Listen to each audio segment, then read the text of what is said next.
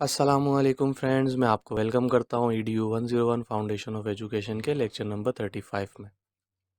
ये लेक्चर पिछले लेक्चर्स की ही कंटिन्यूएशन है। नेशनल कॉन्फ्रेंस 1947 के ऊपर हमारी बात हो रही है। टॉपिक नंबर 194 से 198 तक हम इस लेक्चर के अंदर कवर करेंगे। इस लेक्चर के अंदर जो हाईलाइटेड हैंडआउट्स मैं यूज़ कर रहा हूँ, ये नोट्स की शेप में आपको फ्री ऑफ कॉस्ट प्रोवाइड कर दिए जाएंगे। उसके लिए आप चैनल को सब्सक्राइब कर लें, क्योंकि नोट्स सिर्फ और सिर्फ सब्सक्राइबर के साथ शेयर किए जाएंगे। आज के लेक्चर में टॉपिक हम कवर करने वाले हैं, उसमें 91-94 पर है नेशनल एजुकेशन पॉलिसी 1970 और रिस्पेक्टिवली 98 तक मूव कर रहे हैं पार्ट 1, 2, 3, 4, 5 की शेप में। आइए अपने लेक्चर को स्टार्ट करते हैं। नेशनल एजुकेशन पॉलिसी का पार्ट 1 है, टॉपिक नंबर 194 है, also known as a Noor Khan report, because of the extensive work of one individual in the process of formulating this process.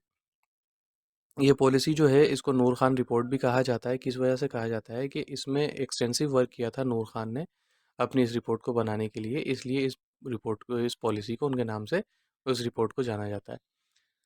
Guiding principle and objective for growth of education. Education should play a central role to sustain Islamic values and national unity. तालीम जो है एक बुनियादी किरदार अदा करती है Islamic values के अंदर और कौमी इत्तेहाद के अंदर। Scientific and technical education to be given attention to fulfil the economic need of the country. यानी कि साइंटिफिक एजुकेशन और उसके साथ साथ टेक्निकल एजुकेशन जो है वो पूरी अटेंशन देनी चाहिए इन एजुकेशन के ऊपर, एज़ पर गवर्नमेंट की बात हो रही है, क्योंकि ये फुलफ़िल करती है economic need of the country. यानी कि ये बहुत ज़्यादा मेन किरदार अदा करती है इकोनॉमिक्स को मूव करने के लिए, ठीक करने के लिए और इकोनॉमिक में कंट्रीब्यूट करने के लिए।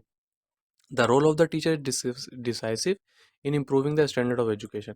यानी कि जो एक टीचर का रोल जो है वो बहुत ज़्यादा इंपॉर्टेंट है, और ये एक डिसीजन मेकिंग पॉलिसी होता है कि अगर टीचर एक अच्छे तरीके से पढ़ा रहा होता है तो वो बहुत ज़्यादा हेल्प करता है एजुकेशन स्टैंडर्ड को इम्प्रूव करने में। Decentralisation of power for education administrative control in order to get financial independent and education freedom. यानी कि डिसेंट्रलाइजेशन से मुराद ये होती है कि पावर एक बंदे के हाथ में नहीं होती, पावर नीचे मूव करती रहती है। जैसे कि हमारे यहाँ कौमी असेंबली के इलेक्शन होते हैं, फिर सूबाई असेंबली के इलेक्शन होते हैं, फिर जब बल्दियाती इलेक्शन होते हैं तो उसमें क्या होता है, पावर जो मूव डाउन होके आप अपने एमएनएस को नहीं जानते होंगे, एमपीएस को नहीं जानते होंगे, लेकिन अपने काउंसलर, चेयरमैन, इनको आप जानते होंगे। तो जब बल्दियाती लेवल पे इलेक्शन होते हैं तो डिसेंट्रलाइजेशन होती है पावर की। इसी तरीके से एजुकेशन एडमिनिस्ट्रेशन के अंदर भी डिसेंट्रलाइजेशन होनी चाहिए पावर की, ताकि फाइनेंशियल इंडिपेंडेंट हो और एजुकेशनल फ्रीडम हो लोगों को। Primary education, this has been thought as basic principle in the government policy. यानी कि गवर्नमेंट पॉलिसी के अंदर प्राइमरी एजुकेशन को जो है एक बुनियादी हैसियत हासिल है। It was recommended to make common the primary education up to class 5 by 1980 and then raise to level of class 8। यानी कि 1980 तक ये प्राइमरी एजुकेशन थी जो क्लास 5 को कंसिडर किया जाता था। उसके बाद जो है वो क्लास 8 तक रिकमेंड कर दिया गया कि प्राइमरी एजुकेशन जो है वो क्लास 8 तक होगी, और ग्रेजुअली इसी तरीके से हो रहा है। पहले जो जॉब्स वगैरह आती थी, लिटरेसी रेट इतना अच्छा नहीं था, तो उसमें क्या होता था कि प्राइमरी लेवल पे भी जॉब आती थी। तो 1980 के बाद जब लिटरेसी रेट थोड़ा बेहतर हुआ तो इसको बढ़ा दिया गया फ्रॉम 5 टू 8 क्लास।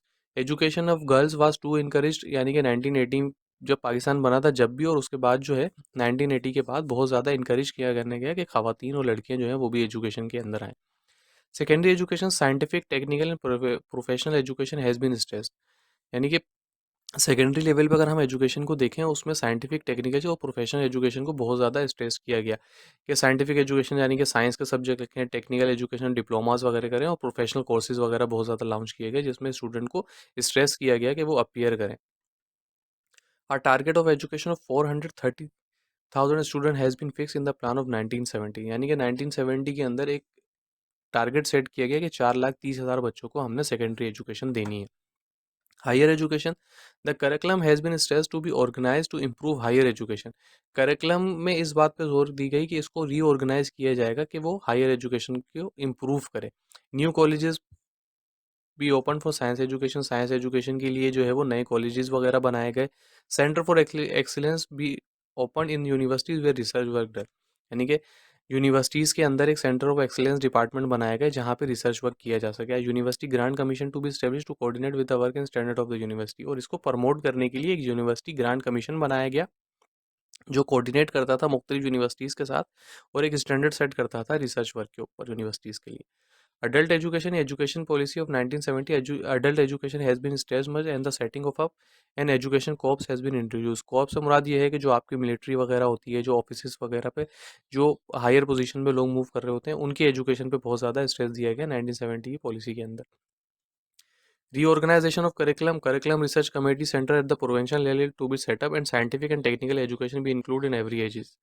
एक करिकुलम रिसर्च कमेटी बनाई गई जो कि क्या करती थी, साइंटिफिक और टेक्निकल एजुकेशन जो था उसको वो मॉडर्न वर्ल्ड के साथ सही है या नहीं है उसको कंपेयर करती थी और उसको अपडेट करती जाती थी.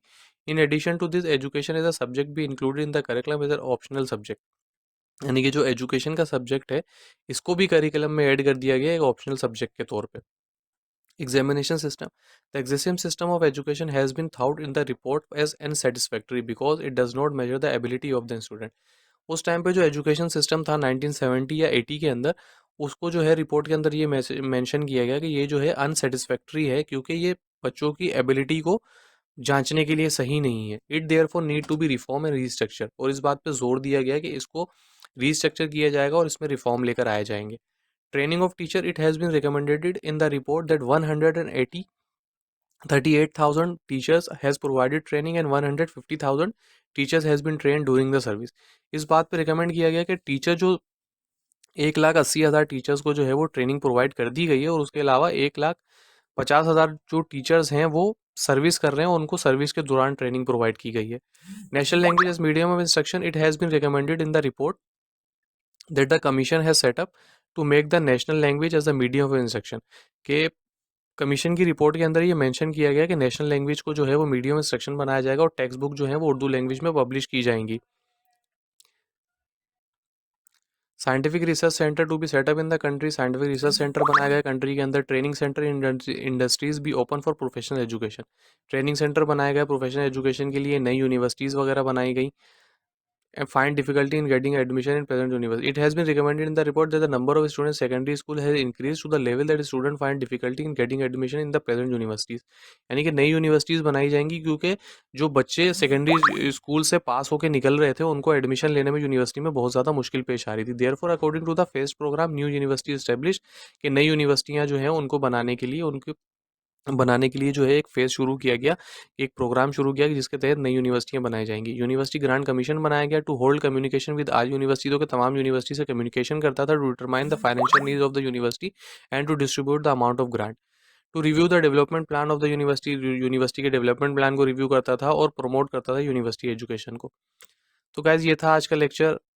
अगर कोई सवाल है, कोई सजेशन है तो कमेंट सेक्शन में बताएं. वीडियो को लाइक करें, शेयर करें, चैनल को सब्सक्राइब कर लें, बेल आइकन को प्रेस कर लें क्योंकि हम फाइनल टर्म बहुत ज़्यादा नज़दीक है. इससे रिलेटेड एमसीक्यूज़ और ऑब्जेक्टिव फाइल्स अपनी चैनल पे जब अपलोड करेंगे तो आपको नोटिफिकेशन मिल जाएगा और आप चैनल के सब्सक्राइबर होंगे तो आप वो फाइल हमसे गेट भी कर सकते हैं फ्री ऑफ कॉस्ट. वो आपको बहुत ज़्यादा हेल्प करेगी आपकी एग्जाम में. आज की वीडियो में इतना ही. मिलते हैं अगली वीडियो में. जब तक के लिए अल्लाह हाफ़िज़.